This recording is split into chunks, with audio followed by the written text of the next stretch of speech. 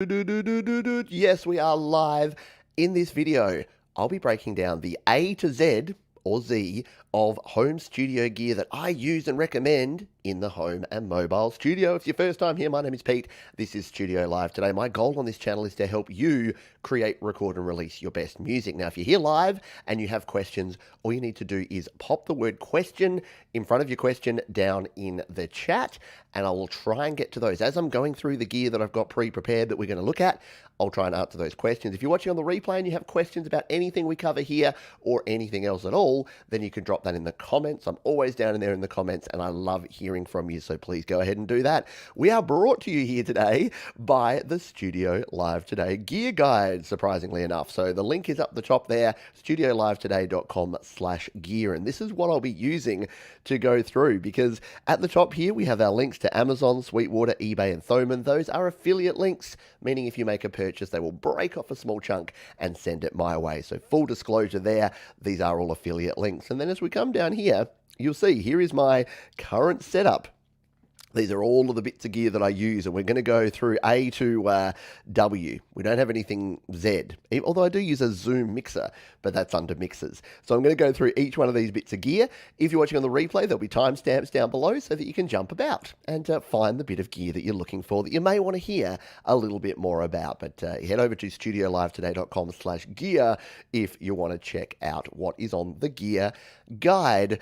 Let's jump into it, shall we? Should we get into the first bit of gear? We're going to start with the A's, and again, it's not going to be in the order that we normally do, because we normally talk about, well, you've got to have an audio interface, you've got to have a microphone, you've got to have a MIDI keyboard, you've got to have speakers. We've done that in previous videos. I thought, just for something fun, we'll just do it in pure alphabetical order. Yet, surprisingly enough, audio interfaces are what we're going to talk about first. So let's jump over here and take a look. So audio interfaces, this is what allows you to plug stuff in. So if you're starting out in home recording, you think of it like a sound card, like a really good quality sound card. So if you're plugging this in to your Mac or your PC or your iPhone or your iPad, this is what you can then plug your guitars into. You can plug your microphones into. Some even have MIDI that you can plug MIDI keyboards into.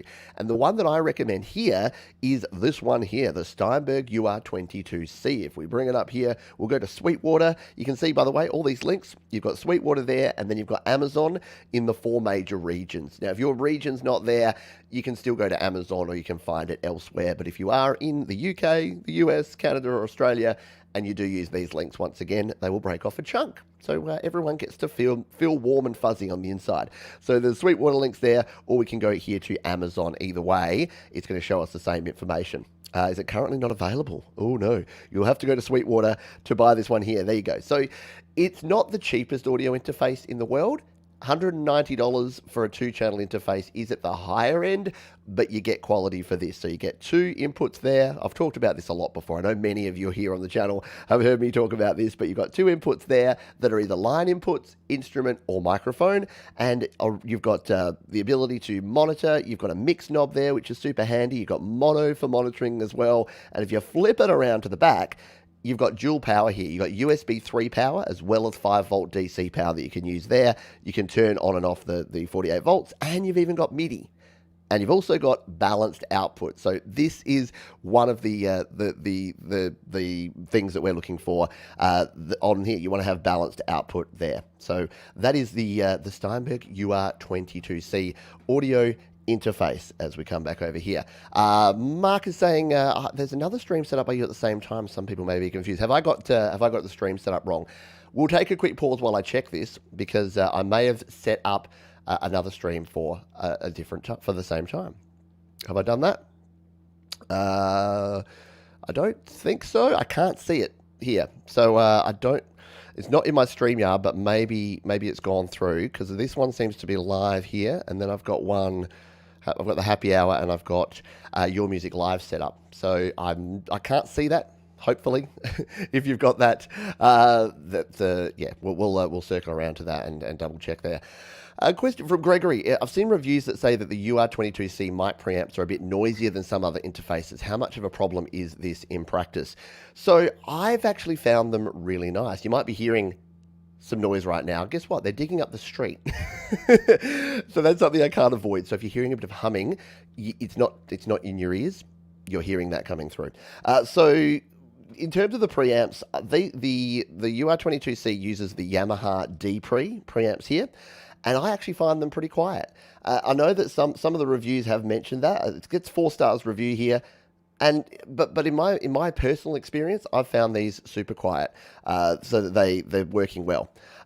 But yeah, it's along the line. So the other ones that are similar to this, if you're looking for something around the same thing, is the Focusrite Scarlett 2i2, and this one here, the 3rd gen. This is a fairly similar sort of interface. The main reason I go for the Steinberg over the other one is that this one doesn't have MIDI, so it doesn't have MIDI output, and it's only got that one USB plug there. So it's only got the ability to be powered by one thing there, as opposed to the Steinberg that has the dual power. But I own both. I own a 2nd generation of the Scarlett as well as the Steinberg UR22C. I haven't noticed a significant problem between the two. So there you go. That's your mileage may vary, of course, but that's been mine. So Thomas went to the wrong one. So apparently there is. I'm going to check my YouTube here now and just see what has happened there, because it might be. Oh, you know what? I do remember when I was setting this up, when I was setting this stream up, I set it up through StreamYard and it didn't work the first time.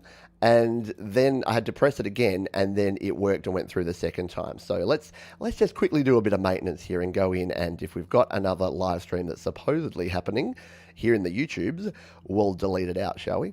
There you go. Yeah, there it is. It doesn't have the thumbnail or anything like that on that one. So thank you for those who let me know. We're going to delete that live stream forever, and that's going to go away, I understand, and it's going to delete forever. So now we can get back on track with this. Thank you. Greg says, I expect this. Yeah, so here's the thing, and we'll talk about this when we talk microphones, but you're right. If you're using an SM57 or an SM58, it can be that the gain, you're not getting as much gain as you might need from the preamp. And that's a problem across all of the consumer level preamps, really. There's ways around that using something called a cloud lifter. And if you're using a dynamic mic and you're finding you're not getting enough gain, that could be something to actually pick up to help it out. So if we come over here to Sweetwater and we search for, there's a few different types of these, but they're basically a way of increasing the gain going into your preamps. So here it is. So this is it's not cheap, it's $150, but if you're finding that you're plugging in your microphones, and especially if it's a dynamic mic, these are used especially with things like the Shure SM7B, then this is a good option to be able to increase the amount of gain going through without increasing the noise. Because it is, you're right, it is one of the things that you find if you're recording, especially something quiet, like say an acoustic guitar, a fingerstyle acoustic part, you have to turn the mic preamp volume up, and then you are introducing that noise and getting more of that noise floor in there. So that is something to keep in mind as well. But yeah, good question. And hopefully that covers some of it. Hello, Biel Zabub. Hello, Vincent Bow. And so we're asking about cable testers. Yeah, there are cable testers available if you're asking about those. Behringer makes some cheaper ones. If we come over here again, we'll go. I don't actually own any of these, to be honest. I usually buy decent quality cables to begin with, and once a cable goes, I ain't soldering anything, so I tend to, my cables just go when they go. But yeah, Behringer have these couples. So there's a 6-in-1 there, an 8-in-1 cable tester, $25, $39. It's worth picking one of those up if you're finding that you're having problems with cables and you need to check up on them. We better move on because we're at A. We're at the first one, and we've got a heap to get through here. So we're going to jump back. If you're just joining us, we're working through the A to Z of home studio gear here today. We're going to run through these pretty quickly because other audio interfaces that I recommend, one of them I have in my hand right here. So I use this on the regular. It's the iRig Pro IO. I've actually got a Duo on the way as well, which is the 2-channel version of this one. But if we come over here and take a look at what this one does, this is what I would recommend if you're using an iPad or an iPhone and you want a plug and play solution that doesn't require you to have things like powered hubs, things like lightning to USB adapters that we'll talk about later. This is what I would go for. High quality preamp in here, like it punches above its weight. You've even got MIDI there, so it comes with all the cables that you need. It comes with both a USB and a lightning cable, so you can use it with whatever device you like. like. You've got 48 volts of phantom power, and you've got your connector there and your input. So you can plug in your guitar, you can plug in your microphone, and you get a good quality sound. I've reviewed this, plugging the guitars in, playing MIDI keys through it, playing recording audio through a microphone, and it is actually really good. So again, not cheap. The criticism, I guess, of the iRig stuff is that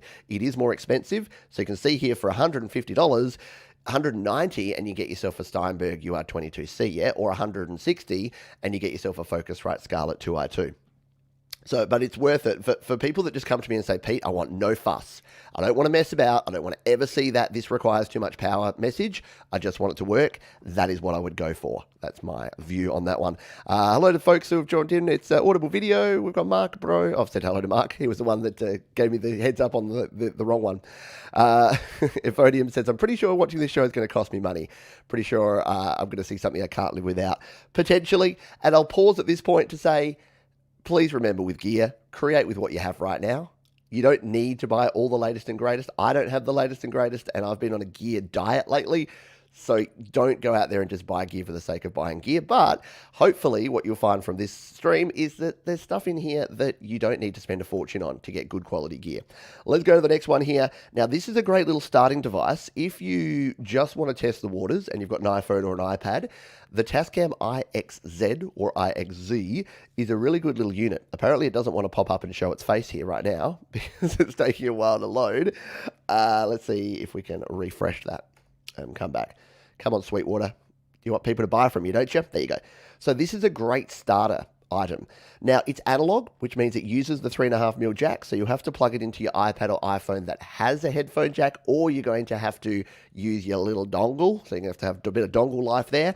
But the beauty of this is it's battery operated, it just goes in your pocket, it's got all the things you need here. You've got a guitar mode, so instrument mode as well as microphone mode. You got 48 volts of phantom power. You got your combo jack connector in there. You've got input gain control, and you've got a headphone jack around the back jack. There, can't find the back. It won't show me the back. Trust me, there's a headphone jack on the back. So it's a really handy little device to have. Now, keep in mind, analog devices, and it's the same with your iRigs. So I showed the iRig Pro. The reason I show that one and not the regular iRig, if you're getting something like the standard iRig 2 or the Tascam IXZ, if it's going to load, these ones here, the reason that they're cheaper is that you're going to get more noise. So if you're recording guitars or you're recording vocals through an analog, through the actual connector like that, you're going to get more noise.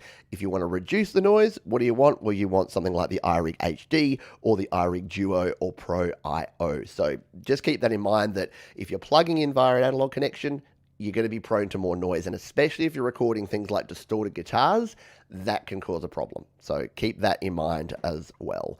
Let's move to our next one. We'll just make sure we've got no other questions. No More Soul, hello there. Just thought I'd pop in as my artist account this time. Good to have you here. Thanks for being here. And Gary Hubbs, hello to you. I was going to wear my Hubbs t-shirt today. I totally meant to, and I missed a beat there. But yeah, go check out Gary Hubbs's merchandise. He's got some cool looking t-shirts and logos and gear. The last one here on the audio interface world, will show this one. This is the latest one that I have. This is the iRig Pre 2. So once again, this is analog, and I have this one here. I've recently checked it out.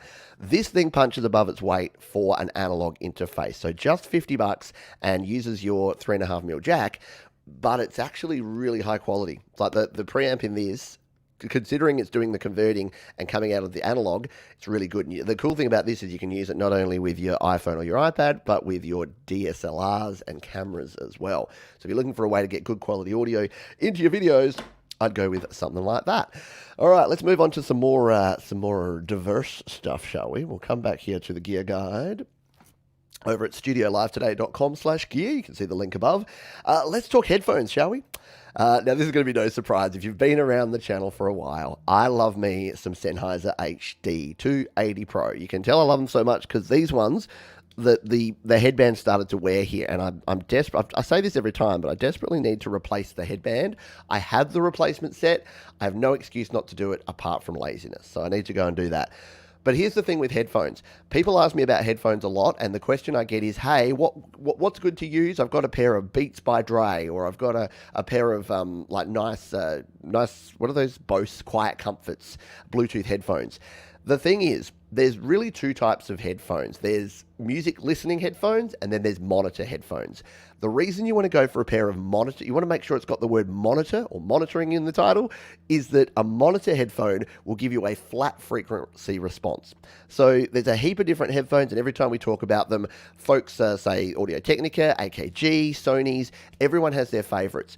But it's kind of, I talked the other day about the magic $100 mark. And it's kind of the same for a lot of this sort of stuff. If you buy anything sort of in the $50 and cheaper range, you're not going to get that good frequency response. And in my experience, you're not going to get a really good quality headphone. As soon as you go to that 50 to 100 range, because a lot of the AKGs are only $70 or $80 and the Audio Technica is the same, but around that 100 mark, you seem to get the best balance. Now, the reason I like these, you got your curly cord. I'm a big curly cord fan here. You've got a high quality connector on there. The padding on these is super comfortable. I wear these for hours every day and they work really, really well. But again, your mileage may vary. And with headphones, I know we're in the time of the C word, but with headphones, if you can, and I'm going against my own advice here, if you can actually go and try some on, you can then go home and buy them through my affiliate links, of course. But if you can go somewhere and try them on and just see if you can wear them and listen to music for at least 5 or 10 minutes, because some you'll put on your head. So the reason I don't use AKG is that they have those round, I'll see if I can find a pair here, AKG headphones.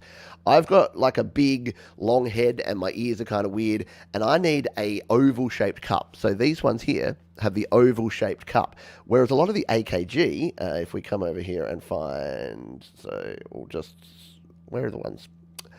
So here we go. So this is probably the similar sort of one from an AKG. This is the K182. So again, around that $100 mark. But if you have a look at the cups there, they're very circular. So keep comfort in mind. If you're going to be wearing these a lot, if you're monitoring, when you're tracking, when you're recording, mixing, mastering, you want to make sure that they're comfy. So for me, the reason that I don't use the AKGs that a lot of folks love is just around that ear shape. So I know it's a bit weird one. But Gobi G Major says Monster headphones work without charging. You just plug the cable in, while Beats you can't hear without power. So yeah, and do make sure that stay away from Bluetooth. I'll just say that. I've talked about it before, but Bluetooth has latency. Bluetooth has issues with power and issues with syncing up of. So latency is basically the syncing up of the audio with what you're hearing. So keep that in mind as well. Tip here from Jalen: if you're wearing noise cancelling headphones but still want to hear what's going on around you, use Apple's active listening feature. This will use the microphone. Yeah, if you're using earpods, that is actually good. I use those. So it's actually cool because I used to only ever have one headphone in, which meant I wasn't getting stereo audio when I was walking around. Now I use the earpods. One of the coolest features is you can turn on that sort of outside listening mode. So it uses microphones to make sure that if a bus is about to run me over, I'm actually hearing it. There you go. There's a fourth. Oh yeah, then there's that $4,000 pair of headphones that Dank Pods reviewed a while back. I'm sure those sound great. Exactly.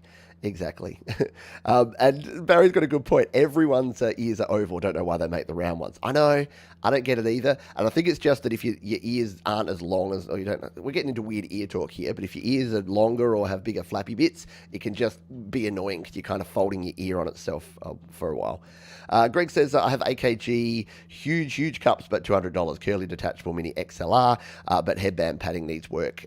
Thinking about Frankensteining some additional padding for the sturdy flat set. Yeah, and there are, so some of the higher end AKGs, which we were just looking at before over here, so some of the more expensive higher end AKGs do have more of, so look at these ones. So if you go to something like the K371, which are Bluetooth as well. So actually, are they just Bluetooth? Anyway, you can see that they've started with some of their higher end ones. Maybe because of people like me complaining about it, they've started going to more of that oval shaped cup. Although only 4 reviews and only a 3-star, I'd probably stay away from those ones in particular.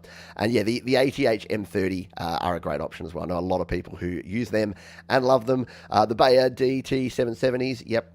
And you'll find your headphones. You'll find the ones you like. That's why it's a good idea if you can get somewhere, take your hand sanitizer with you, and make sure that you and maybe like one of those cloths, those antibacterial wipes to wipe them down, and then just see if you can go to a store and try a bunch on. All right. I knew this was going to be a long show because we're still only at H, but we're going to talk guitars now.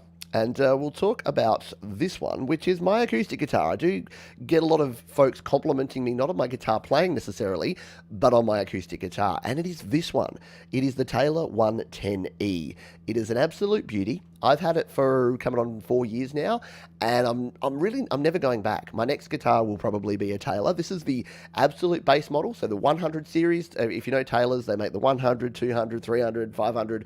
They make a lot of different series guitars, and it really just comes down to the quality of the wood used and the quality of the craftsmanship. But the thing is, the what do they call it? I'm trying to remember what they call the system that they have in here.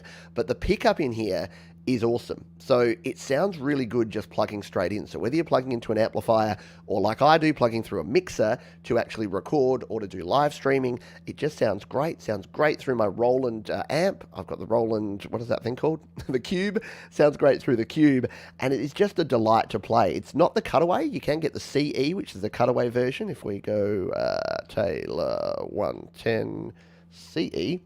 So if you're more of a fan of the cutaway, you can get a cutaway version, and I think it's the same price. If it's going to come up here, I'm hoping that my internet stays stable here today. It's taking a while to jump over here into different things here on Sweetwater. I think it just didn't enter there. Hold the line, please. Your call is important to us. Anyway, while that's thinking about whether it's going to come up. Guitars are also a personal choice, and I would suggest going and playing guitars. Don't be that guy. Don't be that guy that goes and plays guitars and just does random licks that you're never going to play, but play some songs, play some chords, play some runs, do some things that you're going to actually play in songs. There you go. It's popped up here. Okay, so we don't have the CE here. Well, there you go. Now, the reason that I like the full body as opposed to the cutaway is it just gives you a better resonant sound. Like I've played the cutaways. I never go up that high. I'm not a lead guitar player anyway, so I never get up on the fretboard that high anyway. And I just find that having that little bit of extra room in the chamber there gives you a nice mellow resonant sound. So I prefer a full body dreadnought shape as opposed to the cutaway. Again, your mileage is going to vary. Question about guitars. What about the Ibanez TCY10E? Let's have a look at it because again, I'm far from a guitar expert. I know what I like. I find a guitar that I like and I play it. It's why I own my my Epiphone Les Paul has been the same Epiphone Les Paul that I've owned for a long time. Oh, this looks like a nice little unit. Hello. What would I go with? I'd go with the blue one. This looks cool. The TCY. Yeah. Is this a semi-acoustic? Yeah, acoustic electric. That looks nice, Mark. Yeah, buy that. That's very cool. That's probably be a similar sort of sound to the Ovation that I have. I've got a little Martinez Ovation, but yeah, that looks nice. Yeah, buy one, Mark. Tell us how it goes. Or maybe I should. It's only $200. Whew, hello. Yeah, don't play Smoke on the Water. Black, please. Did they have it in black here? I don't think they had the black version here. Lavender. Just realised it's a lavender version. Yeah, they don't have the black version there, but yeah, it looks like it comes in a bunch of different colors and looks like a cool guitar. I saw some love for Gibson guitars here as well. Absolutely. Yeah, play Smoke on the Water or Stairway to Heaven. Exactly right. Yeah, Wild Rose. Love your Gibson. The one thing I've heard about Gibsons, I mean, I use an Epiphone Les Paul, which is like a Gibson, like a baby Gibson, and it does go out of tune a lot. And I've heard that Gibson acoustics are really hard to keep in tune. Someone can validate that for me if you like, but it's one of the reasons why I've stayed away from Gibson. There you go. You really can't beat Yamaha for value for money, especially in the guitars and the piano world. Yamaha are really good quality and they're just solid, right? They're the Toyota Camry of musical instruments. I'm sure they'd love me using that reference. Yamaha, it's like buying a really boring Camry, but you know what I mean? It's just going to work, and it's going to work well for a really long time. So yeah, I'm with you. Yamaha are good. Greg says next guitars will be a Tele or a Strat style. A shredder maybe with a Floyd Rose trem bar with 7-string cutaway for high notes. There you go. Rock and roll. That is true. Yeah, true about the tuning. I've heard that. And again, if it's anything like my Les Paul, geez, yeah, spend half your time trying to keep it in tune. There you go. All right, let's move on to our next topic, which is, if you're just joining us, that hum is the fact that they're digging up the road. There you go, Peppa Pig reference for my friends who have children. So let's go to something a bit different. Now this is a cool little device. If you are using an iPad or an iPhone, this is my go-to keyboard because it's a very cool, like really nice. It's got these chiclet style keyboard keys. It's a Logitech K480, by the way. It's a multi-device. So you can see there, you can select 3 different devices, and then you can, it's even got this slot here. You can slot in a smaller iPad or your iPhone in there, and you can use it for typing and for all of your keyboard shortcuts. Look at that. You can even put 2 of them together. I've never done that before, but you can put your 2 devices side by side there, or even your very old school iPhone. So yeah, these have been around for a while. But if you're looking for an entry level keyboard and you're using an iPhone or an iPad and or a Mac, and or a PC, because you can see here it's got the control keys as well as your Start/Option and Alt/Command, then this is really cool because you can just use it with all 3 devices. You can just flick it between them, use it as Bluetooth, and it's just a cool little machine. So that is my go-to little Bluetooth wireless keyboard. Next up, now this is what I've recommended in the past as a low-cost all-in-one USB keyboard and mouse. I love Logitech, as you've probably gathered, and this is my go-to one. Nothing much to say about this. In fact, my wife now uses this one because I've upgraded from this. I've now got, I can't remember what it is, but I spent a little bit of money recently because I spent a lot of time in front of the keyboard, and I got this one, which is, I can't remember. Does it have its model number on here? It doesn't. Does this have its model? I can't remember, but it's the more expensive version of the MK345. It's something like the MK850 or something like that. But it's yeah, really good keyboard. Get yourself a quality keyboard and mouse, people. Please don't use the crappy ones that come with your computers, or don't use just like a cheap $10 one that you got from the supermarket, because you spend so much time on your computer. It's like your bed. It's like your mattress. Like the amount of people that skimp and buy like the cheapest possible mattress, and then you're spending 8 hours a day. You're spending a third of your life on your mattress. It's the same with your keyboard and your mouse. You're spending that much time using your keyboard and mouse. Get yourself some quality. And again, if you want some quality that won't break the bank, the MK345 is where to go. Next. All right, say it with me, folks. And a Lightning to USB 3 adapter. I've got a quick request here. Can you put the Logitech keyboard link in the chat for us? I can indeed.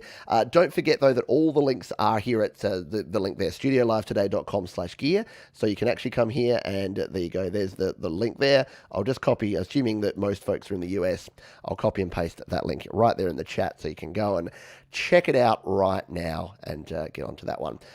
Yeah, so let's jump in and look at the Lightning to USB 3 adapter. Now, if you are using an iPhone or an iPad and you're creating music, you need a Lightning to USB 3 adapter. It's just the reality. It's just a fact. Here's the thing. I've said this a bunch, so I'm going to do it really quickly.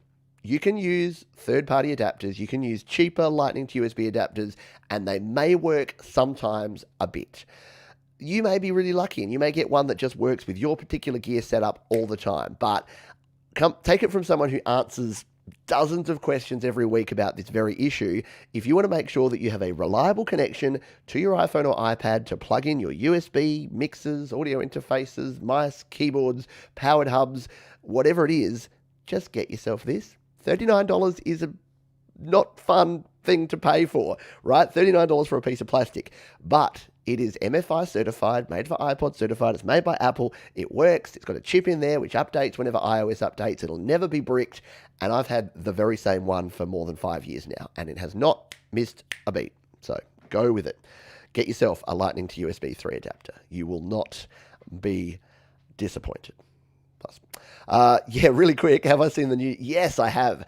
And I'll be covering those over the weekend. So do watch this space. If you're a garage, speaking of mobile, if you're a mobile garage band producer, I know Doug over at the Sound Test Room's already done a video if you want to check that out. Patrick's working on videos, I'm sure, at the Garage Band Guide. And I'll be looking at each one of those packs in quite a bit of detail here on the channel over the weekend. So keep an eye out for that. Yeah, and it's definitely, it's iOS, and there's these new artist producer packs. So people like Lady Gaga's got like some live loop grid. You can remix stuff. It's nuts. Go and check it out. Go and update. Actually, watch the rest of this stream and then go and update. All right, Lightning to USB. So where are we at? We're at L. So we're going fast here, but don't forget we're in the business end here, where we're going to M, and you can see we've got a lot of microphones to talk about.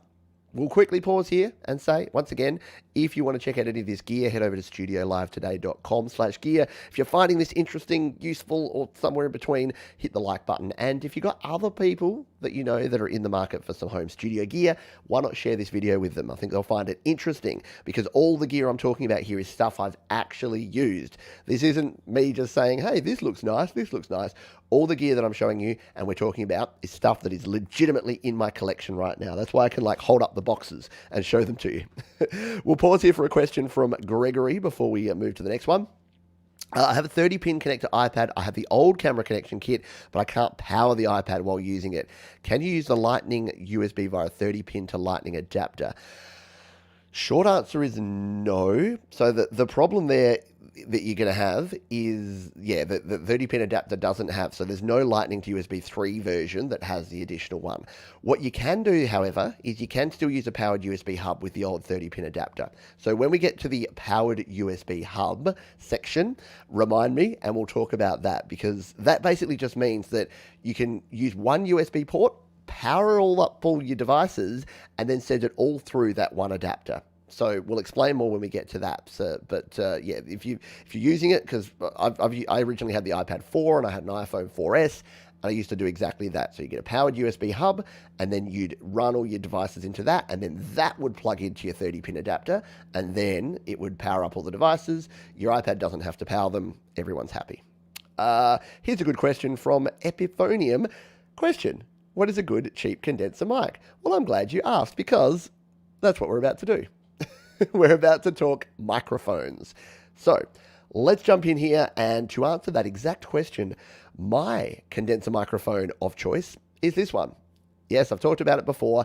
It follows the rule of 100, which is that a good quality piece of home studio gear is usually about $100, and this one is. It's the Audio-Technica AT2020. I don't have it here because, to be very honest, and don't do as I say, not as I do, this lives on my mic stand, because this is what I use whenever I'm recording vocals. So it's in the cupboard there, attached to my mic stand with a pop filter in front of it, so that I know when I want to record, I pull the mic stand out, mic's already on there. Now I know people are going to say, Pete, it's going to get dusty, it's going to get damaged, you're going to whack it when you... Yes, it is. And you know what? If it was a $500 or $1,000 microphone, would I put it in a case and put it away and make sure it was fine? Probably. But because it's $100, not that I recommend abusing your gear, but I go with convenience over that. Is anyone with me? Anyone go for convenience over protecting the gear that they should probably be taking care of? Right here. So why is this good?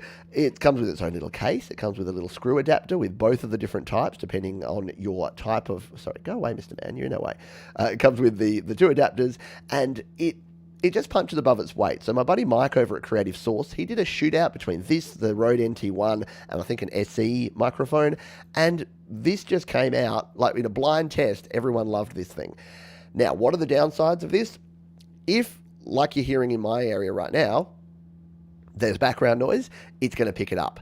Condenser microphones are super sensitive. They're going to pick up a lot of noise. So if you're in a super noisy environment, you may want to go with a dynamic mic, which we'll talk about just in a moment. But the benefit of this is, because they're so sensitive, they're low noise. So if you've got a low noise environment that you can work in, unlike me right now, then it's actually really good, because you can play really delicate acoustic parts, really quiet. If you've got like female vocals that are quieter, or male vocals, then it'll pick those up. Whereas your dynamic microphones, you're going to have to turn up the input gain, and you're going to introduce a lot of noise. So the Audio-Technica AT2020 is a good one.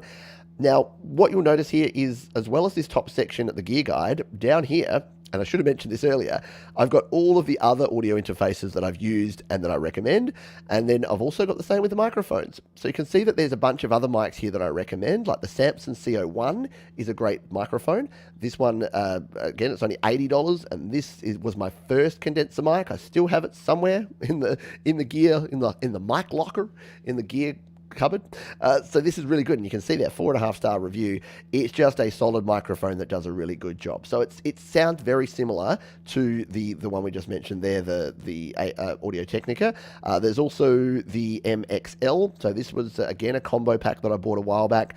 Yeah, look, I wouldn't buy this now. Look, it's $140 now. It used to be about $70 or $80. They're not really making them anymore, but they're red, so they go faster. And yeah, I recently donated these to a fellow musician here in Adelaide. So hopefully he's getting some use out of these now. And the one that I use in terms of a condenser is actually this one. Again, I probably wouldn't recommend this for many folks to buy because, as you can see, it's $280. I only own one because I found it secondhand at a cash converters for like $100, and it was a bargain, so I bought it. But this is kind of the best of both worlds. You get the handheld convenience of a dynamic mic, but it's actually a condenser. So it's got a condenser microphone capsule in there, which means it does need phantom power, but you can see you can drop the pad down there. If you're playing louder stuff and you're recording, you can add a 10 dB pad, and it's got a built-in low pass or high pass filter, low cut filter. So that's my condenser mic recommendations, and hopefully that covers that. We've got some comments here. Yeah, just put an old sock over it, dust free. That's a really good idea. There you go. Put an old sock over your microphones. Do what Mark says. You should design your own socks, Mark, your own brand. Maybe. Ooh, there's a marketing opportunity there. Maybe I'll make Studio Live Today microphone socks that are dual purpose. You can, like, nice black socks with the Studio Live Today logo on them, but you could also just whack them over your microphones. Hey, see? Genius. Am I the only one that thinks Mike from Creative Source when I hear Mike? I do, because Mike from Creative Source is super cool. Question, where would you use a dynamic mic rather than a condenser? Great question here from Gregory, and it's a good lead in. I'm just going to close some of these tabs because I've got 400 tabs open here, and my Mac Mini is pretty darn good at managing things, but it is going to start going down. Here we go. So yeah, when would you use, so we'll go to the next section here. Actually, I don't have it in, because I don't use a dynamic mic that much. But in my XLR section here, we do have the two dynamic mics that I use are the AKG D5, which is this one here, and we'll also bring up the Shure SM57. So the AKG D5, when would you use these? So if you've got a really loud source, say you're doing some really gutsy metal or rock vocals, you're really belting them out, it's very easy to overload and get a really harsh sound from a condenser mic. There's ways around it. You turn your input gain down, you get further away from the mic. But if you want to just, rock out with your microphone sock out, there you go, then getting something like this is cool. So this is my preference, just because, again, I think at the same time that I bought this one, I think I found one of these for about $60 or $70 secondhand as well. So the AKG D5, it's just a solid dynamic microphone. Again, you can see when the folks at Sweetwater rate it 4.5 stars with 25 reviews, you know it's pretty darn good. So yeah, where would you use this? Use this for your vocals. You use this for amping up, for miking up amp cabinets. So if you've got a loud amplifier or a loud instrument that you're playing, a dynamic microphone can be good for you. And you also want to use it for things like this, like spoken word, podcasting, things where you want to make sure you're rejecting a lot of noise. So really, given that I knew that there was going to be this digging up the road sound going on all day, I probably should have swapped out and put my AKG D5 here. I would have needed to just turn the gain up a little bit, but you wouldn't be hearing as much of that background hum because it does a better job of rejecting noise. So the short version of that is, when do you want a condenser microphone? You want it when you're trying to record quiet things and get a lot of finite detail. When do you want a dynamic microphone? When you're recording louder things and background noise or noise rejection is something that you're looking for. Hopefully that works for you. Gary Hubbs would wear the sock flea style. There you go. No questions here, just to wish you a good day. Well, thank you. Thank you, my friend. And thank you, Doctor's Orders. Sorry, you have to do this officially. Doctor's Orders. Who's in there? Thank you all for being here. Yeah, if anyone does have any other questions and you're here live, feel free to drop them here in the chat, because we're doing a to Z or an A to Z here, and we're up at about M. So we've still got another half an hour or so to go. So if you have questions, and if you're watching on the replay, please drop your question down in the comments. Be happy to circle back around. All right, let's move on, shall we? Drink some cold coffee.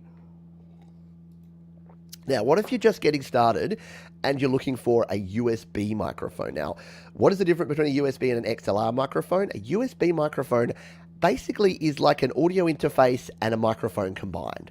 So it actually does the analog to digital conversion within the microphone itself. So instead of getting an XLR microphone, plugging it into an audio interface, and then plugging that audio interface into your Mac or your PC or your iPhone or iPad, you just plug the mic straight in.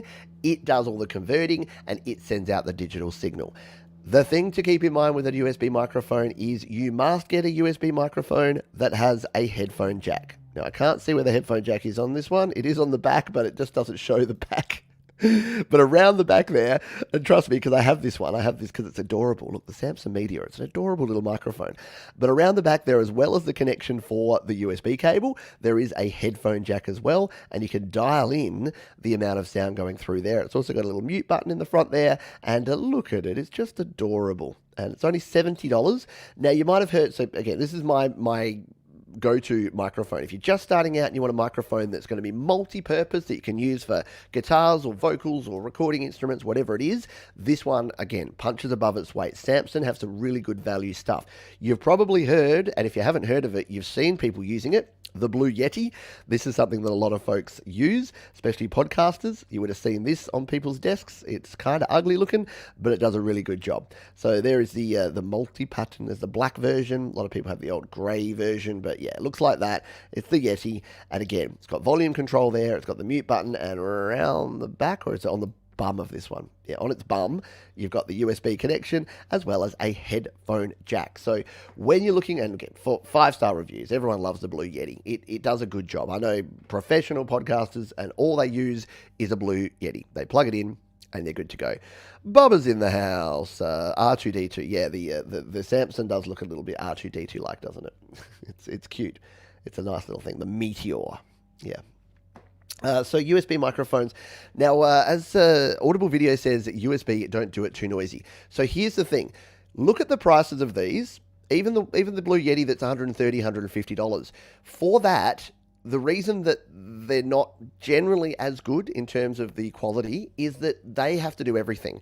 So as I said before, it's the microphone. So it's got to have the mic capsule and it's got to have all the mic electronics in there, but it also basically has to cram an audio interface into that same design. So if you think about it, if you think about the difference between getting something like this or what we talked about before, you're buying an actual audio interface, the audio interface is doing all the heavy lifting. So the preamp that you're going to get in there, and then more importantly, the analog to digital converter that you get in an actual audio interface is generally 98% of the time going to be better than a USB microphone, because keep that in mind that the USB mic has to have all of that. It has to have all that circuitry inside it so it can generate some more noise. So do keep that in mind as well. Greg says it's time to upgrade from my $5 dynamic karaoke mic. Yeah, look, and if you were looking to upgrade, so you do sort of, from what I've heard from you, doing some singing on some like 80s type tunes where you just want that sort of vocal sound and that vocal quality, something like the Shure SM58 or the AKG D5 would probably be your go-to. If you're not doing instrument stuff, if you're just in the home studio, a single dynamic mic like an SM57, SM58, AKG D5, spending about $100 on that can actually make a huge difference. I talk about it all the time, but it's the bottle of wine thing. Yeah, $5 bottle of wine to $20 bottle, you can tell the difference. $20 to $100, you really can't. So if I was you, don't go from your $5 karaoke mic to a $400 Shure SM7B. Go that middle ground. It's all about the middle ground, in my personal opinion. Great point here from Thomas, which is, word of caution, a lot of the USB mics are 16-bit quality, so be sure to check the specs if that matters to you. 100%. Again, because they have to have the audio interface and the analog to digital converter built in, they're often 16-bit audio resolution. So the Samsung Meteor is 16-bit. Even the Blue Yeti, like the Nano, I think it is, one of them's 16-bit and one of them's 24-bit. But check the specs, because a lot of your USB microphones will indeed be 16-bit only, and you want to get the best quality, because again, why not get 24-bit sound if you can record it? Don't go nuts and have to go to 192 kilohertz or anything, but 44.1 24-bit sound is really good quality, so do keep that in mind. Let's continue on as the last one that I'll say here in the microphones, and this is something that I use when I'm out and about shooting video, and that is this one. Now, this isn't going to be for everyone, because very few people are making videos on their phone where they need high quality audio. I've showed this before. It's the Shure MV88.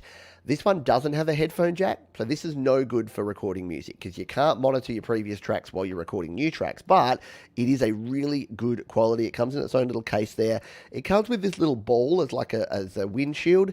I bought a dead cat windshield to go on mine because it doesn't do a great job. And it's multi-pattern, so you can record in mono or stereo. And I've used this to record myself playing live gigs. It sounds really good, just plugged into the iPhone. You can see it's got a lightning connector there. But because the reason I don't talk about this much these days is unless you are really, really going all in on Lightning-based stuff, I wouldn't buy a Lightning-based device that is just Lightning, because all your iPads are USB-C now, and a lot of your iPhones and a lot of your mobile devices have gone USB-C. It's really only iPhones that are staying with Lightning, and how long Apple cling and grip onto having Lightning, yeah, I don't know. I don't know. So I would avoid that. There is, however, the MV88 Plus, which is a little bit better and better for musicians. It's more expensive, but it does have here it is. It does have, it's $20 off right now. It does have look, that one comes with a dead cat. It does have a headphone jack on this particular one, and I believe it actually comes with a separate cable. It won't let me click it for whatever reason. Sweetwater's just spinning its wheels there. Oh, page unresponsive. Sweetwater's having some issues. We'll exit out of that page. Trust me on that one. MV88 Plus if you want to go for something like that. Bubba says, always wonder why anyone would use anything other than a 57 or a 58. And you know what?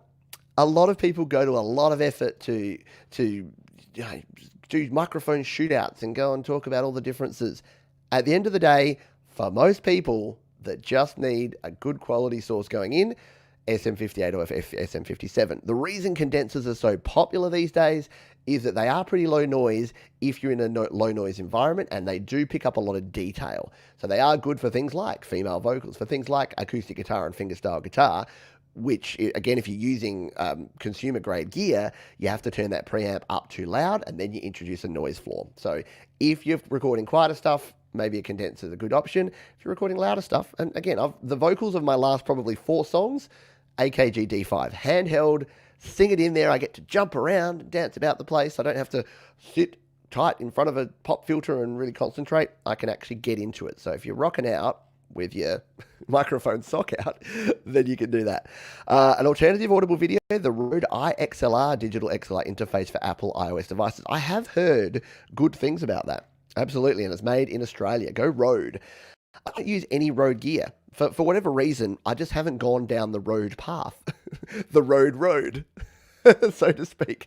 But yeah, Rode obviously make the NT1 and the NT1A, which are really highly regarded microphones. And they make like lavalier microphones, and they make things like the adapter there that you're talking about. Rock out, sock out, absolutely. So maybe I need to reach out to my fellow Australians, and see if Rode want to send me a mic. Hey, can't hurt to ask. Mark says, I use both the D5 and the AT 2020. Depends on the sound I want. Yeah, and if you got $200 burning a hole in your pocket right now, I would just buy the AKG D5 and the AT 2020, and you're done. Job done, in my opinion. Oh no, absolutely, Bubba. No, and this is the thing. This is all opinion. I should have started with this, but I put before all of these recommendations in my opinion. It's why I point to some of the reviews that are on some of these sites, and why you should read and why you should look at other reviews and listen to other people as well.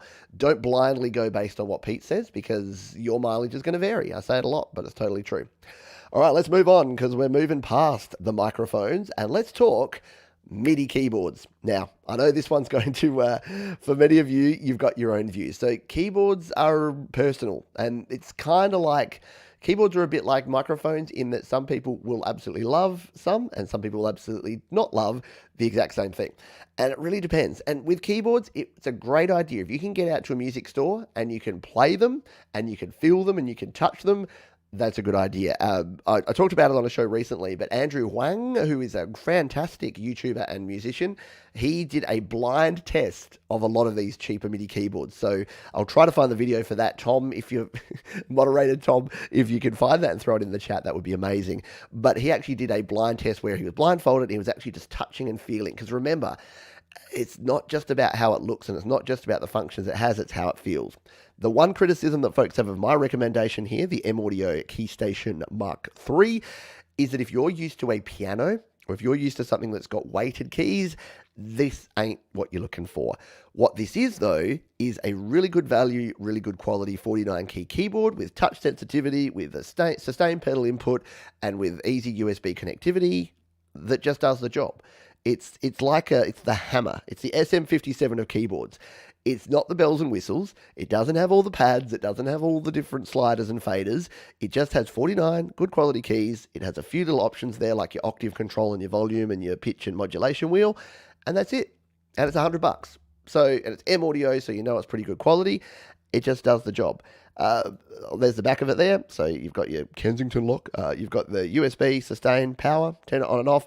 It can be powered by USB. So if you're using it on your Mac or your iPad, on your Mac or your PC, just plug and play. If you're using it on an iPhone or an iPad, you will need the, say it with me, Lightning to USB 3 adapter and some sort of power source. So a powered USB hub or plugged that adapter in as well.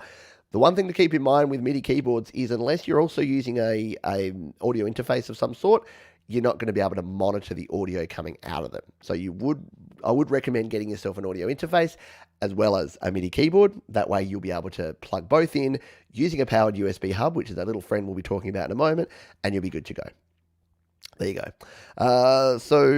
Audible video, yeah, the Arturia Key Step 37. Look, I'm not saying that the Arturia Key Step is not amazing, and I know that Doug has done videos on these. I know that Jade's recently got one, Jade Star, that is. So they are very, very cool. And if you want something that's got a few more bells and whistles, then this is what you can go for. So again, it's a double the price, but it's probably got 3 times the features. So if you want things like sort of built-in step sequencer, if you want the ability to transpose on the fly, it does a bunch of stuff. There's too many things for us to talk about just in this one video. But yeah, the Arturia Key Step is definitely a very cool unit. I think we had the Alesis that was it Tom? Not Tom, Mark. Mark mentioned the Alesis before. I can't find his comment now. There you go. The Alesis V49, which is basically exactly the same sort of thing there. And thank you, Thomas. Yeah, so there is the link. Bookmark that one for later. Watch the Andrew Huang video all about touching things. Why it's important to touch things. And Thomas Christ says another cost-saving option. Find a cheap Casio with 48 or 61 keys with MIDI in and out. Works great as a cheap MIDI controller. It totally does. And should we jump out of order a little bit just because you've mentioned that? It might be coming up. In fact, it's the very next thing. So there you go. This is a great tip from Thomas. Also the MPK, the Akai MPK is great. And that's one of the ones that Andrew reviews in his video as well. Yeah, the other thing to consider is if you've got older gear, don't chuck it, don't turf it. If you've got older gear with the 5-pin MIDI DIN connectors in and out, you can actually get yourself an adapter. And the one that I recommend, it's the same as your Lightning to USB 3 stuff. You can get the cheap ones, and they may work sometimes, okay. But if you want one that's going to just work all the time, grab yourself one of these. You'll need to buy this once, and then you'll have it forever. And that way, any old MIDI gear, you could be in like a secondhand shop, and like Thomas says, maybe you see an old Casio 61 key keyboard for like $40, and it's got MIDI in and out. Buy that, and then you've got the added bonus that it plays its own sounds that you could then sample and record in using an audio interface. And if you grab one of these, the Roland UM1, you can connect it up via MIDI as well. So all this does, it does one thing and it does it really well, is that you plug it in, you plug this into your keyboard, you plug this USB into your computer or into your USB hub or whatever you're using, and you set it here. So there's 2 different settings there. You might just need to play with that as to which way it goes, because there's different sort of settings and polarities. That's something that not a lot of these actually have. So this one has the little switch that you can flick over to make sure that it all aligns and works well. If it doesn't work on one, just try the other, and then you're good to go. And it's even got little lights here to tell you that it's receiving the signal, the in and out of the MIDI and the USB signal. So it just works. Again, I'm all about gear. I don't know if is anyone else with me with this. I'm all about gear these days. I don't mind paying a little bit more if it avoids the frustration of gear that doesn't work. I've done this with my TVs. I used to buy TIAC TVs and Sonic TVs and all these things. I buy nothing but Panasonic or Samsung or Sony when it comes to home electronics now. So TVs and home theater systems. Actually, that's a lie. My home theater system is a Yamaha. But again, I buy higher quality gear because the economy of scale, when you add up the amount of crappy electronics that you have to replace versus just buying high quality stuff once. Like my current TV is a Panasonic. It's only 1080p, but it's a 60-inch Panasonic TV. I'm not going to replace it because it's good. It's working. It works well. Will I get like a 4K or an 8K or a 27K eventually? Probably, but I love it. And it just, so much stuff is disposable these days. When you find something quality, just go with it. That's my view anyway. Audible Video says the older great second-hand key steps are great bargain, sub 150. There you go. That is a good tip. And it's a good segue. We'll take a quick segue now that we've talked MIDI before we go to our next section. We'll talk about the fact that, don't forget eBay, right? I know some people love eBay, some people hate it, but eBay's pretty good. If you shop wisely, if you make sure that when you're checking things out, that you're looking at the seller, you're looking at the condition of the item, and that you're making sure that they're people that have sold us stuff before. Like, if it's their first ever sale, I wouldn't buy from them. But we've got links to eBay here for US, UK, Canada, and Australia. And you can actually jump straight in there. So if you're here in Australia like I am, and you're looking for some secondhand gear, this will jump you straight into the musical instruments and audio section. Now, a lot of the stuff they sell here on eBay is the cheap versions of stuff. I'm having trouble streaming to Twitch. Fair enough. It's popped up an error here. How do I get rid of that? Sorry, there we go. It went away. If you're watching this on Twitch, which maybe one person was, sorry. But yeah, so here we are. But if you look for secondhand stuff, so what you can actually do is you can change condition to used here, and it'll actually give you all of the used gear as opposed to the new stuff. And this is where you can get, oh, look at that, a Yamaha 4-track for only $300. But this is where you can actually find yourself some pretty darn good bargains in terms of, look, there's a Samson Meteor, $64. Would you buy that? No, you just saw, actually, that's Australian dollars. That's a pretty good deal. Australians, jump on that one. Go buy that. That's pretty cool. Oh, there's lots of Meteors. There you go. And some Zoom recorders. So yeah, don't discount eBay. And coming up here, look, if you wanted to get an Audient ID22 for only $580.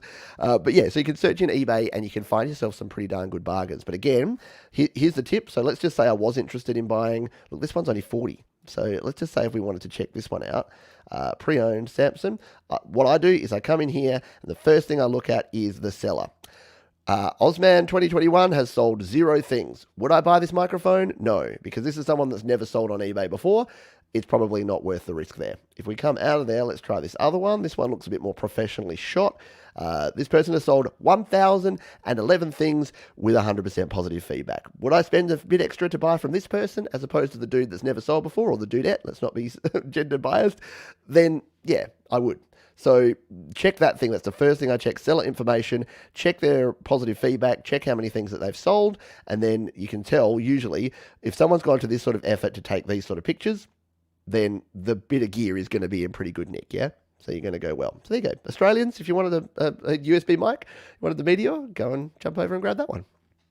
There you go. Bubba says I've done the same. Samsung threw out for me best way to take advantage of proprietary. Exactly. If all your brands match up, you can take advantage of things like the screen things and whatnot. Epiphonium, I'm the home for old and abandoned electronics. There you go. Exactly. And this is a good point. So thank you for reiterating this. Yeah. Also, I know I say things that are hypocritical to the first thing, or contradict is what I was trying to say. Don't not buy anything. Don't not create because you can't afford the latest and greatest. Buy something. But what I'm saying is that I would use, if you could only afford $20 microphone, I would just use the microphone in your iPhone or your iPad right now, or just the desktop microphone that came with your computer, until you can afford something at least in that $50 to $100 range. I think a lot of folks rush out and buy a bunch of gear, and I blame eBay for this because they have these recording packs. Have you seen those things? They're like $70, and it's like you get a microphone and you get a boom arm and you get and it's all the worst quality stuff. And people get this stuff and they start recording, and then it all starts falling apart. And they're not going to get much better quality again than using the built-in mic on your phone or your iPad. So keep that in mind as well. Alrighty, let's come over. Because we are coming towards the end here. We are nearly an hour in, so we'll jump in here. We're doing the A to Z or the A to Z of home studio gear. If you're having fun, if you're enjoying yourself, hit the thumbs up, because why not? If you're not, tell me why. That's all I ask. There's nothing worse than a thumbs down and people just leave it and say nothing. I would much rather, I'm a big person. I can take criticism, and if you have feedback, I'd love to hear it. Because this is for you. I want this. Yes, these are affiliate links, so yes, you can say, Pete, this is actually for you. But I want to try and help folks not spend money that they don't have to on stuff that they're going to be disappointed with. That's why I have the gear guide. That's why I recommend this stuff. Let's move on, shall we? And let's talk about my mixer. You're hearing me through it right now. You hear my guitar and my microphone through it on the happy hour every week. A lot of you say that it sounds good. And I think it does, because I did my research and I decided that the Zoom LiveTrack L8 is what I want. Why do I love the Zoom LiveTrack L8? I love faders, so I can use my fader to fade myself.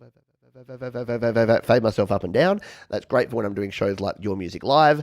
And this is just my everything. So this is great for live streaming. It's great for recording. It does record multiple tracks, so I can have multiple tracks in. I honestly don't use that functionality very much. I probably should use it more. You've got controls, so you've got EQ controls on every channel, as you can see there.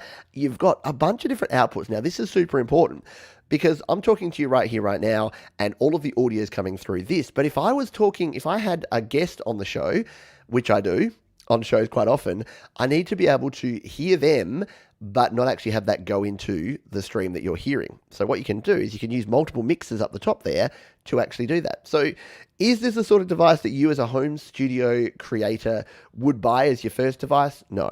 Your second or third device? No, probably not.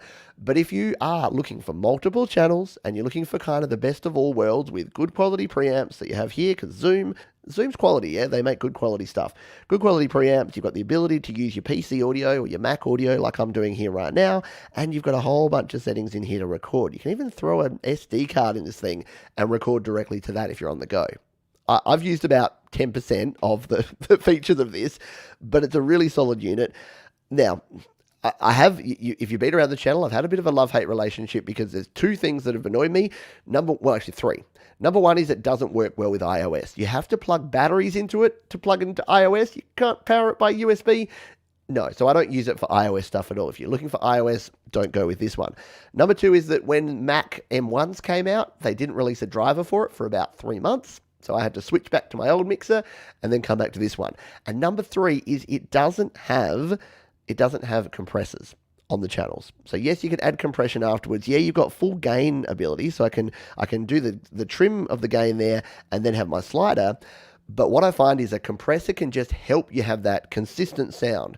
Because right now I can see my metering here, and I'm hitting right up to about -6. So and that's where I want to be. So that when I go a bit louder, I'm not gonna. There you go. I peaked there, but only if I go really loud.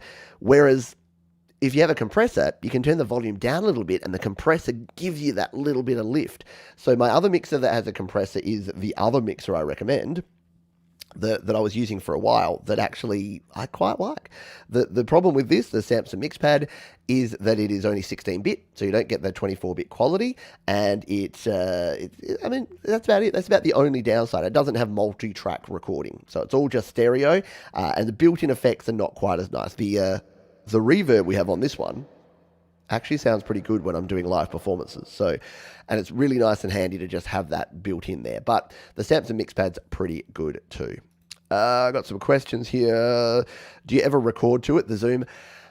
I've done it once. I've tested it out just to record to it, just to see how it works. So it's probably still got that recording on there somewhere. But I've never really dived into the features to find out if it can do that.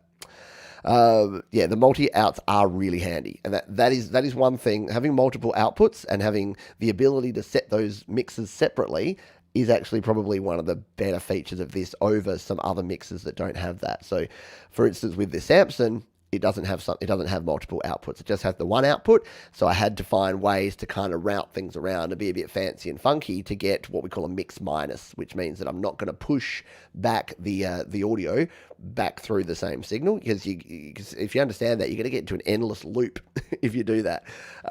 Yeah, and you don't want that. So if you've got guests on the show, then I need to be able to have that. A mixer is a music producer's gift from heaven. If you buy one, you've done wonders to music. It's pretty cool. Yeah, it's pretty cool. I love having a mixer. And I was talking to Mike, again, second mention of Mike from Creative Source, because he's doing a new show where he's playing people's music. And because he's using a setup with audio interfaces and the like, the benefit of a mixer is you can always control your panning of each channel. So if I've got a microphone channel, I can make sure it's panned up the middle. Your interfaces, especially a 2-channel interface, basically it's going to put one channel on the left and one on the right. And if you're just sending that audio out digitally, it's going to put you all over to one side. You have to use some sort of software to kind of middle it out. Just having a mixer and having complete control over that is very, very cool. Oh, the L12 has a compression and a separate power supply. See, should have bought the L12. Maybe that's my next step, Alan. Maybe the next step is the L12, because I was legitimately considering the Zoom L12 when the L8 came out.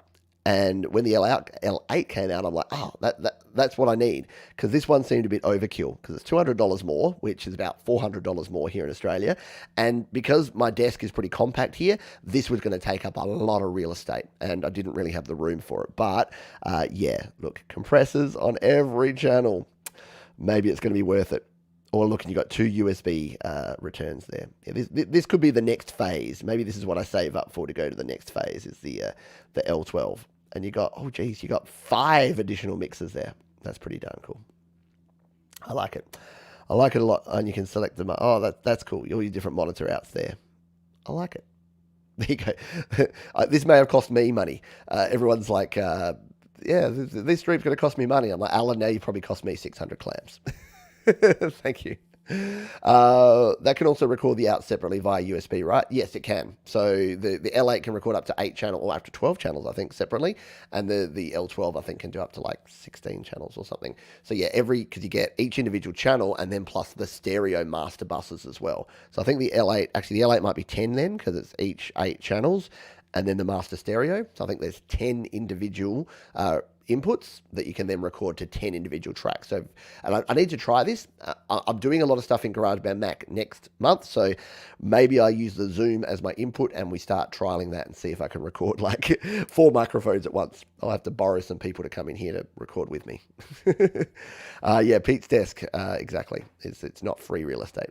No. But it can be paid. I'm not above that. So if Zoom want to send me an N12, then fine. More than happy for you to do that. But yeah, once you've gone mixer, you probably won't ever go back because they're super duper handy for sure.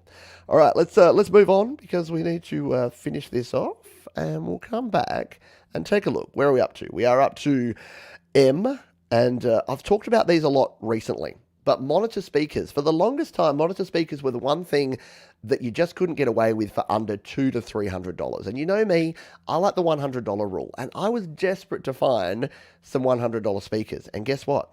I found these. I know Mark uses these. I know a bunch of folks that use these. 5-star reviews of 205 reviews tells the story that you need to hear with these. The PreSonus Eris 3.5. If you are on the fence about whether you need monitor speakers and reference monitors and near-field monitors for your studio, and you've got $100, just buy these. I've not come across a single person who has been disappointed after picking up a pair of these.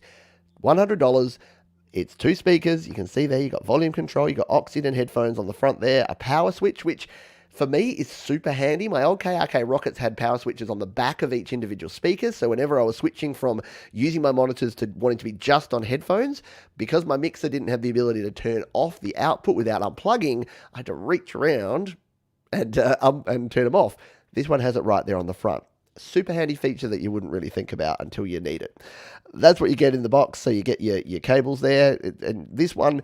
So the thing is, for those that have used monitor speakers before, you'd say, oh, but you've got to have 2 individually powered speakers. This one doesn't do this. This one works more like hi-fi speakers. And I was skeptical about that until I played them. Until I plugged in and heard them, there's no difference. So I was like, oh no, one of them that gets to power, and then it's just sending the audio to the other one. Surely the audio can't be that good and it's going to be unbalanced. No, it was great. And here's the kicker. Speakers in this price range very rarely have balanced inputs. This one does. So this means that I've got here on my Zoom live track. So on the Zoom live track, well, that's the L12, but it's the same on the L8. You have XLR outputs. So you have balanced XLR outs. And all I needed to do, which I have, is get a couple of XLR to TRS cables and then plug them directly into here. And I get balanced audio going in there. You've also got the ability to do acoustic tuning, which again is unheard of in this level, and you get unbalanced as well. So if you're coming out of just a PC and you've just got your 3.5mm to red and white RCA cable, you can use these for your PC speakers, straight out of your sound card, for goodness sake.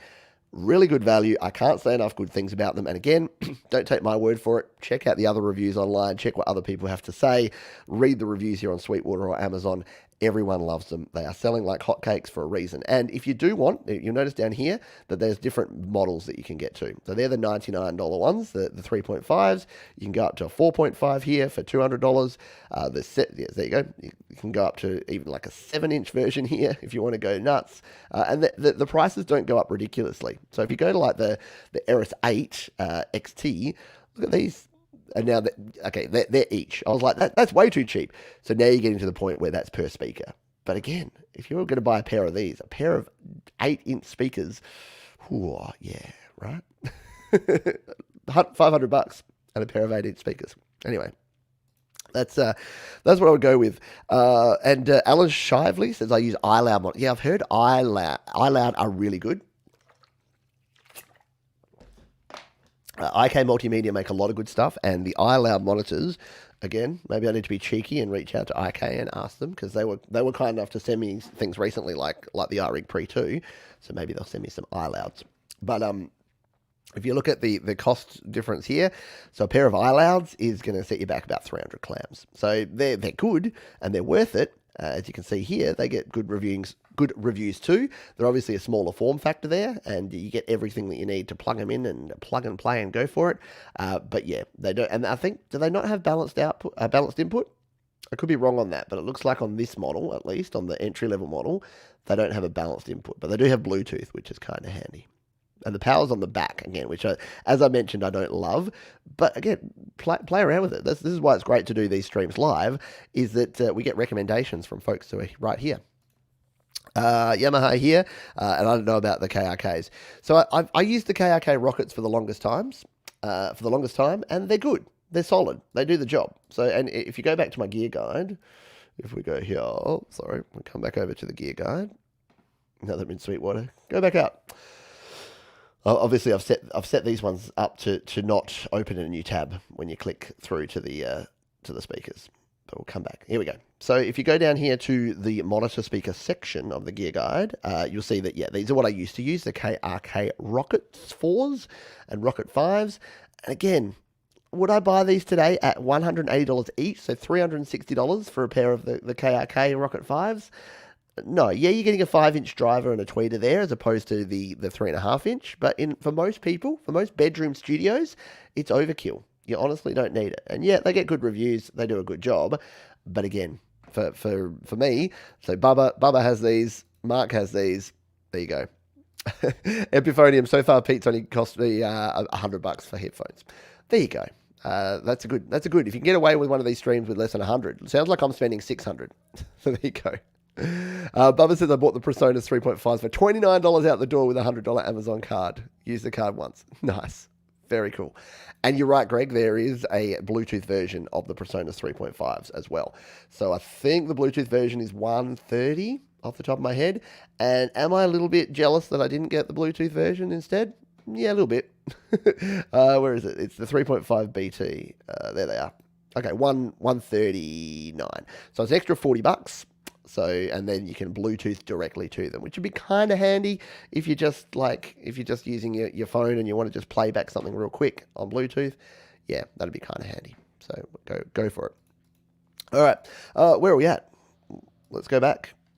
They're starting to do the digging up now. It's like a race against the clock. They're literally relaying the gas pipeline down my driveway. But I spoke to them this morning and they said, "Oh, we're doing that Monday." I'm like, "Oh, good." During another one of my shows. Thanks. Let's jump back over here and see where we were up to. Thomas says, I have JBLs but rarely use them. Neighbours won't need to hear my latest track. And yeah, we won't get into the whole headphones versus monitor speakers, but the order I would go with is I'd pick up a pair of HD 280s, the Senis, and then that would be my first thing because headphones are multi-use. You can use them for tracking, mixing, mastering, and everything. And then speakers, I'd buy after a good audio interface and a good microphone. Speakers are about number 4 or 5, depending whether you need a MIDI keyboard or not, if you're a keyboard player or need a keyboard. Let's get a move on because we've got more stuff to get to. Bluetooth mouse. I use this one. This is the one that I have right here. It is the M590. It is the Quiet mouse from Logitech, and it's great because if you, like me, now I'm testing out using the mouse that came with the wireless keyboard because it's super comfy, and so you might be hearing a little bit of clicking, but I also use this mouse because it's multi-control mouse, so I can control my iPad and my Mac with the same mouse, and yeah, when you click on this one, it's barely audible.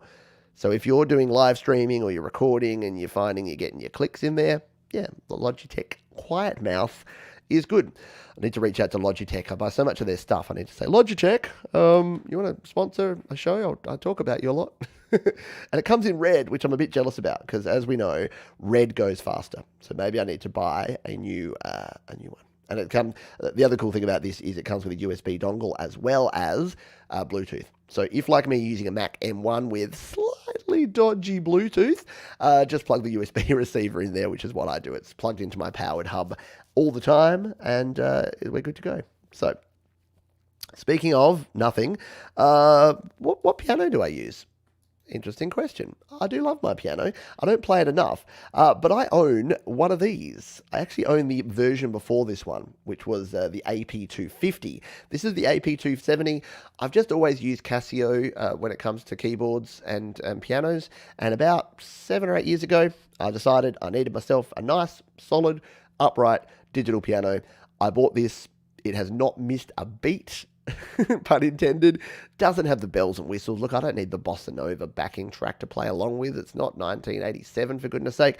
But if you're looking for just a high quality piano that is going to work, that's got the keys that you have on these are so nice here. These scaled hammer keys, they feel like a real piano. Like, they feel genuinely like you're playing a real piano, almost to the point where they're a bit heavy. Sometimes I play it and I'm like, I wish that these were a little bit lighter on my fingers. It's got USB, so you've got that. You've got a couple of headphone jacks, and I think this version, the 270, actually has audio out as well. But it definitely has at least the headphone jack out. It's just a very simple, very cool digital piano. So if you're a keys player and you're playing in, look, you can use, we talked about the MIDI keyboards. Obviously, you're spending $1,000 here instead of $100.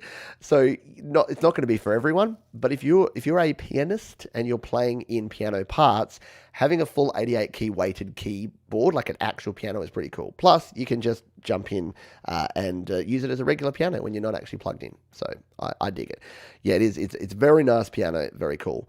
Is that what Sai uses? Probably. I don't know. I haven't actually spoken to Sai about what piano he uses, but yeah, if you, I know. I wish I had $1,000. I don't have $1,000 to spend right now.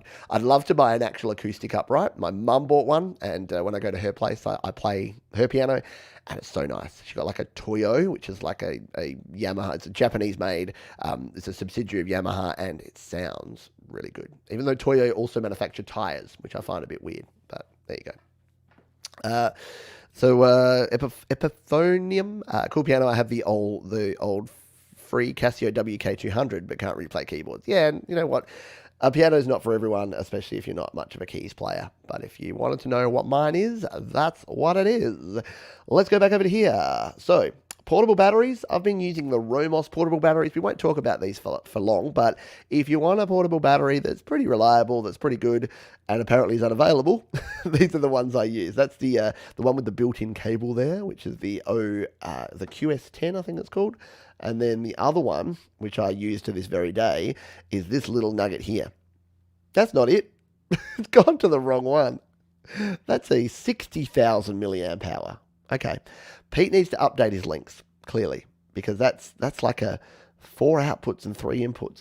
But basically, I like the Romos batteries because they have multiple inputs and outputs. You can charge them up using kind of any cable as opposed to just having to, do I have a micro? Do I have a mini USB? Do I have a lightning? So they've got all of your connections covered there. And this is a bigger, chunkier version of what I was showing there. But Romos batteries, if you're looking for portable batteries, go and check it out. All right. I mentioned earlier, and I've kept you waiting all this time, powered USB hub. This is the powered USB hub that I've been using forever, and it works really well. Now, I have had someone here in Australia, apologies, I've forgotten your name, reach out to me and say, in Australia, there's a version of this on Amazon that's selling for like $60 that he said was not the genuine article and was not working well. So do check that out and do make sure that it is this one. It's either made by Tendac, Atola. It's branded as Atola in other regions. This is the one I go with. $20, 4 ports on the front there, a smart charging port at the front, like that. So you can charge up your device. So if you've got your iPad or your iPhone that you just want to keep charged, that you don't need to connect to anything, you can use that. And then you've got 4 ports there. So what does a powered USB hub do? Well, instead of plugging, say, your USB microphone or your USB audio interface directly into your iPhone or iPad via your Lightning to USB adapter, if you want to plug in more than one thing, you put a hub in between. And the reason you need a powered hub is you need to power up your devices. You can't plug using an unpowered USB hub because you'll get the problem. It'll pop up, it'll say this accessory uses too much power, and it simply won't work. If you're using a powered USB hub and the Lightning to USB 3 adapter, you are set. So this is why I say if you're a mobile producer, if you're on an iPhone or an iPad, the first two things you buy are a Lightning to USB 3 adapter and a powered hub.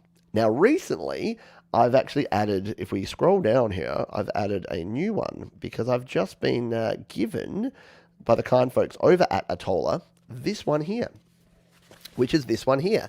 And I'll be reviewing this properly soon because I've had it for a while now, and I'm using this with my mobile setup. But this thing is really nice because it is this one. It's like it's the aluminium series here, so it's really solid.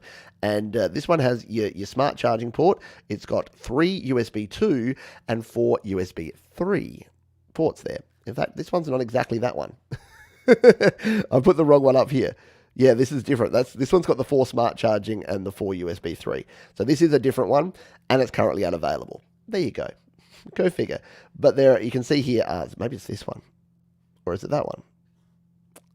I can't tell.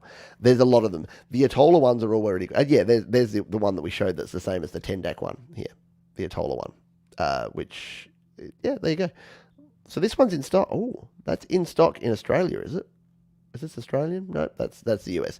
Anyway, Atola or 10-DAC, they're the ones that I recommend. They're the ones that I use. And thank you to Atola for sending me this one. They've actually got a USB-C version of this. We'll talk about USB-C in a minute, that they're sending me soon as well. Because if you're using... the beauty part of USB-C is that you can use anything. You don't need the Lightning to USB 3 adapter. You can use any USB-C adapter because it is a generic standard. You don't have to have the Apple stuff. But yeah, get yourself a powered USB hub. The Stantec 7-port powered USB hub from Sweetwater works really well. I use 2 of them. Oh, cool. See, there you go. And this is why, again, I love doing these live. We get other advice from other folks. So let's come to Sweetwater and search that one out, shall we? What is it? Stantec powered hub. Because I haven't tried any of the powered hubs because I can't buy things from Sweetwater here in Australia. They simply don't sell to Australia. So there you go. There you go. There's the Stantec. That looks like that's a solid one, right? Wall mountable metal chassis. Yeah, see, that's some serious business right there. Look at that. Super cool. But yeah, obviously spending a bit more, so $80 for that one. But yeah, you'd buy that and that looks like it would last you a lifetime. That looks like you could throw it off a balcony and it would just go, yep, I'm fine. Let's go again. Very cool.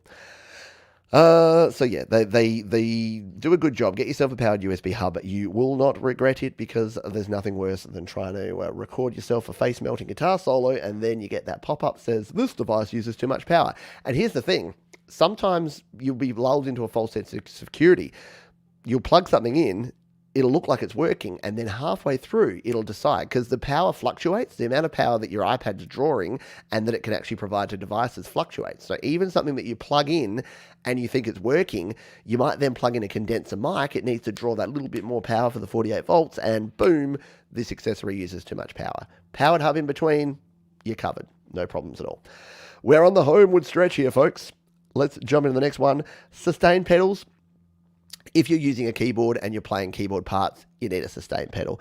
The one thing to look out for when you're buying a sustain pedal is to make sure that it has a switch on the bottom to change the polarity. Because if you don't, depending what MIDI keyboard you're using, I can't see the switch here, but there you go.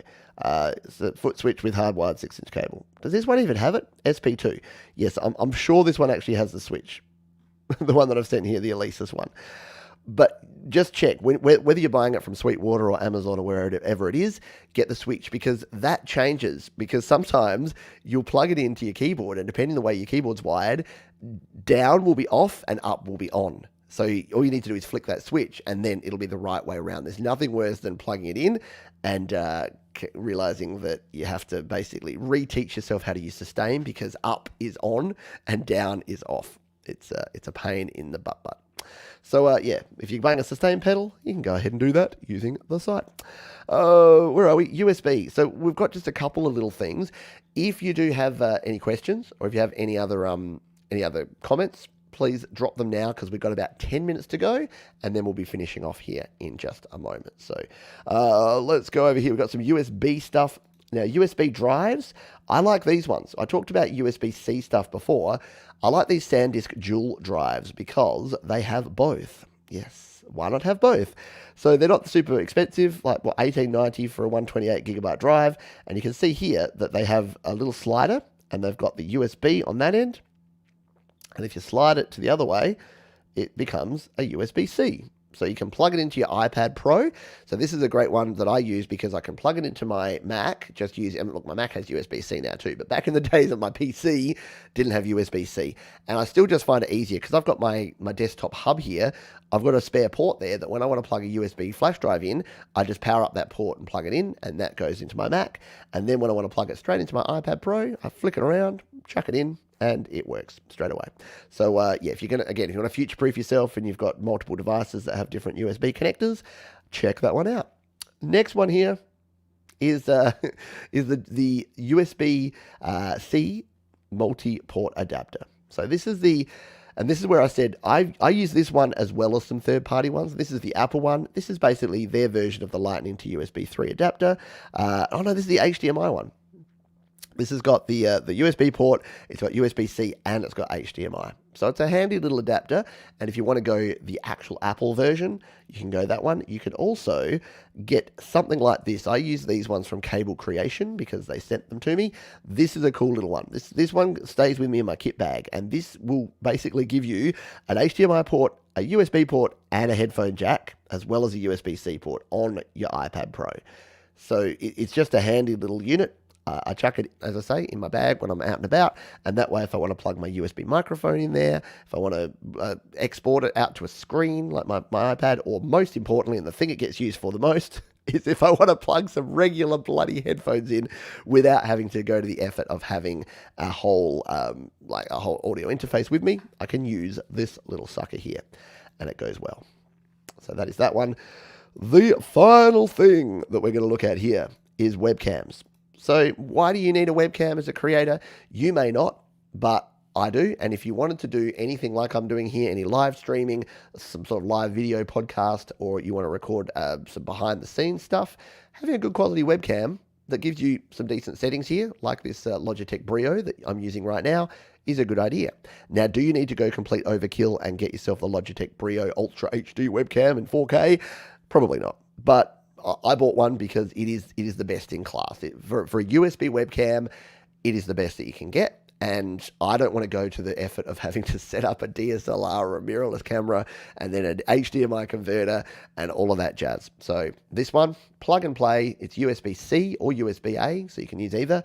And it just works, and it works well. And once you tweak the settings to make it look as good as you can, it works well. So there it is, the Logitech Brio Ultra HD. Now, if you want something cheaper, again, I do recommend Logitech a lot. The C920 or C922, they're the other ones I use. The C922 is probably my other recommended one, which is this one here.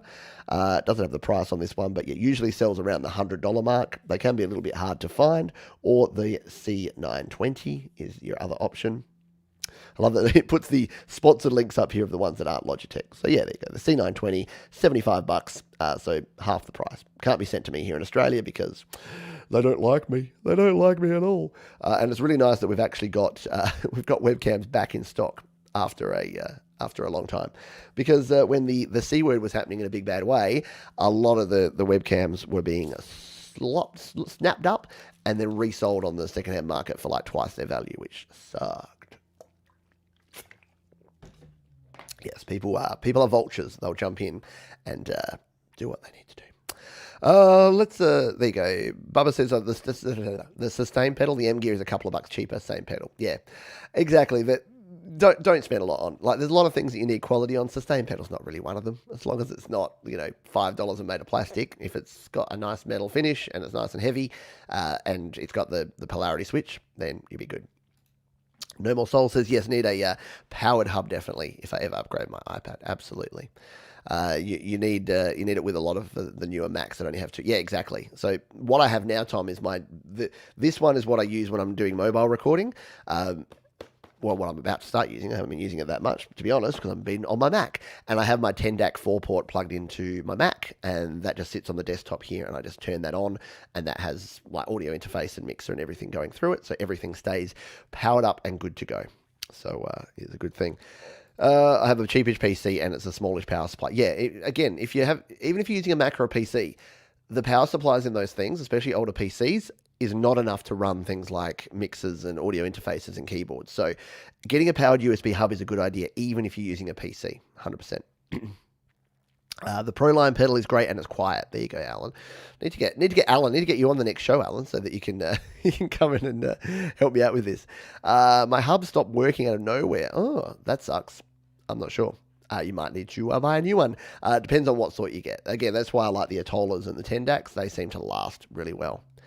Barry Smith, hi Pete, when iOS 15 comes out, do you think that Logic Pro is going out to come on the iPad? I don't. I'm going on record right now as saying I don't think that Logic Pro is coming to the iPad in 2021.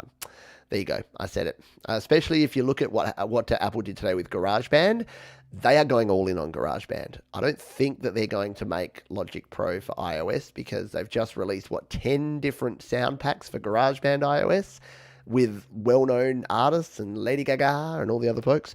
So that's telling me that they are taking GarageBand iOS seriously, which is great news. But the downside of that means it's probably not going to mean that Logic Pro is going to get development time. But we will see. We'll find out. You never know with Apple, do you? You just never know. Hey, Bill, long-time listener, first-time caller. Thank you for being here. Thanks for being on the live show. And thanks to everyone for being here. Have you had fun? Did you have a good time? I know it's an hour and a half of talking about gear, but if you're like me, you love nerding out over this stuff. And my number one aim, again, is not to empty your wallets. It's not to tell you to go and buy stuff using the affiliate links. I mean, I'd love you to, but you don't have to. You don't need all the best gear. And hopefully you've seen here that apart from my guitar and my piano, there's been very little over the $100, $200 mark here. You don't need the latest and greatest gear. You can get away with $100 headphones, even $50 or $70 headphones. You can get away with $100 speakers. You can get away with $100 microphone.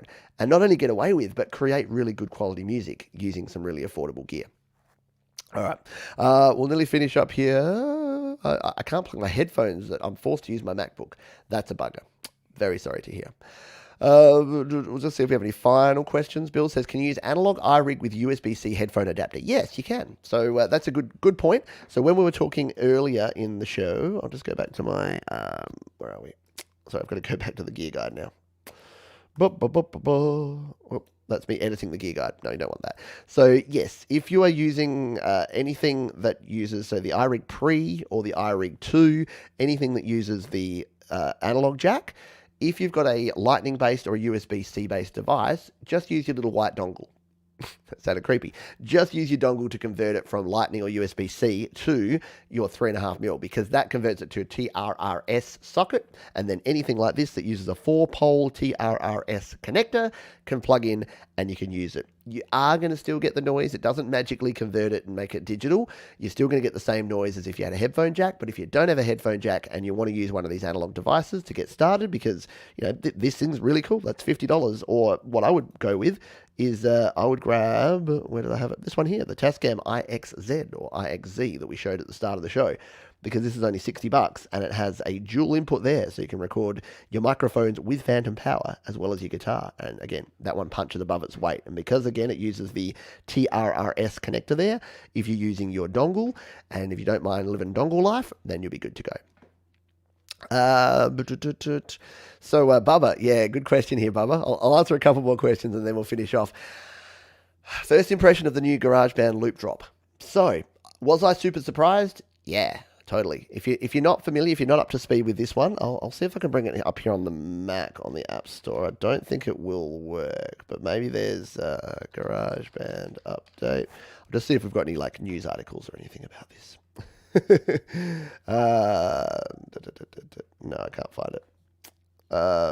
Anyway, I'll just talk to it. So if you don't know what this is, Apple have just dropped not one new sound pack, but 10 new sound packs. 2 that are just live loop grids, so Lady Gaga and someone else, I apologize to that artist, that you can't use in your songs. So these are just for your home, your own fun personal use.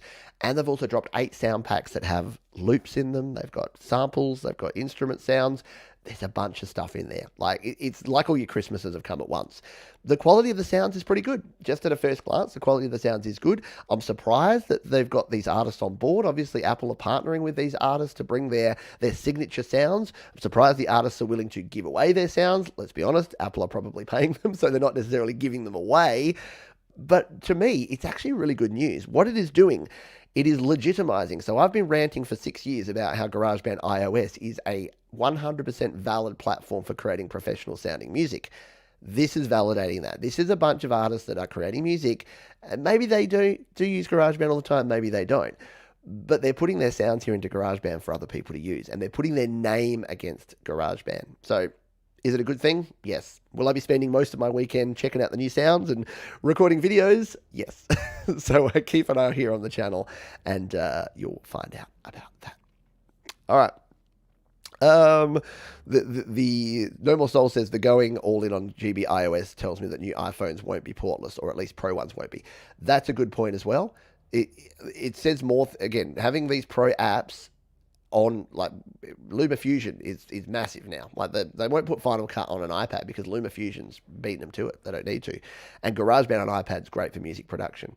So, yeah, I think you're right. I think that it will, I'm the same. I think that we're not going portless, at least the Pro models. There'll probably be a portless, like the regular or the mini versions will be portless, but I don't think that we're going all out portless. Then again, Apple may surprise me, because they always do. Alrighty.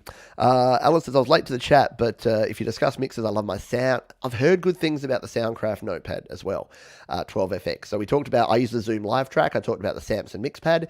There you go. The Soundcraft I've heard good things about. So excellent stuff. I'm just scrolling down and seeing if we've got any fun. Yep, thank you for being here. Appreciate you.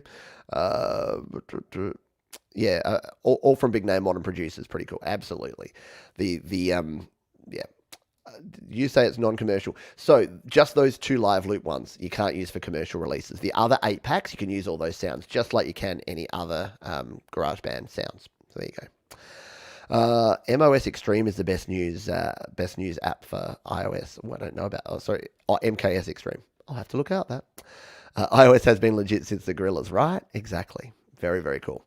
Hello to Wolfstone Studios. Yeah, the sound packs are out, so go grab them. I'll be doing exactly the same after I take a break now, because guess what? Listen. Yeah, just as I'm finishing the show, they've moved on. They're not digging up the road anymore. Good timing, right? All right, what have we got coming up? Well, this was like just a teaser. We're not even into the weekend yet. So what have we got tomorrow? Well, you know what time it is. It's time for Your Music Live. So yes, 2 hours of all the best independent music brought to you by our friends at DistroKid. That's kicking off at 2 p.m. Pacific, 5 p.m. Eastern, 10 p.m. Greenwich Mean Time. So I hope you can join me for that one.